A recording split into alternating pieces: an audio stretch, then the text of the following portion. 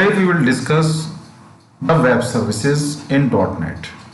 So let us understand first the introduction of web services and the need of web services for designing a good website.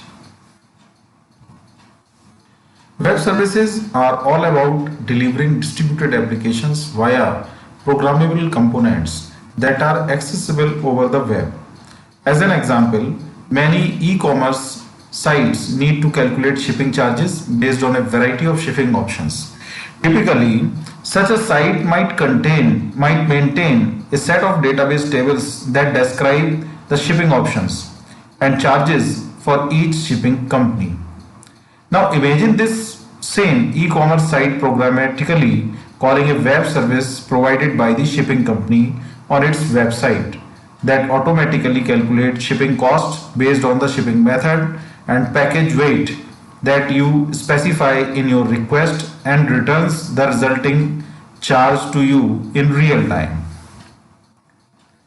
There are many other potentially valuable applications of web services. Some of these include services that are either too difficult or too expensive to implement yourself.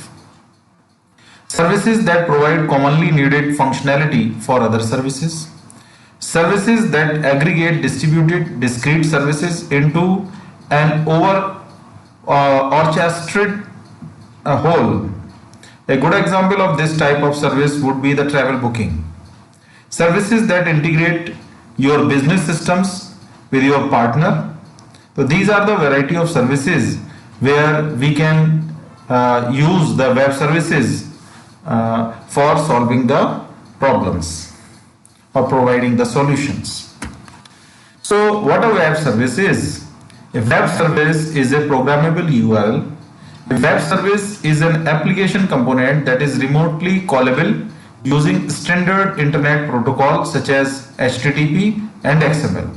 Thus, any system that supports these basic standard protocol is capable of supporting web services. Web services use a text-based messaging model to communicate, allowing them to operate effectively on these many different platforms. Microsoft provides an excellent platform for building and consuming web services with the .NET framework, which virtually eliminates the need to learn about the plumbing that is a part of building and consuming web services. The key to the broad reach capabilities of web services on the internet is a foundation built on internet standards that does not rely on any platform specific technology. This foundation supplies standards based services that provide the following capabilities to web services, in which the first is it is a standard portable method for describing data, a standard extensible message format for communicating requests and responses, a standard extensible method for describing the capabilities of web service. It is a method to discover what web services are available at any particular site. It is a method to discover what sites provide web services.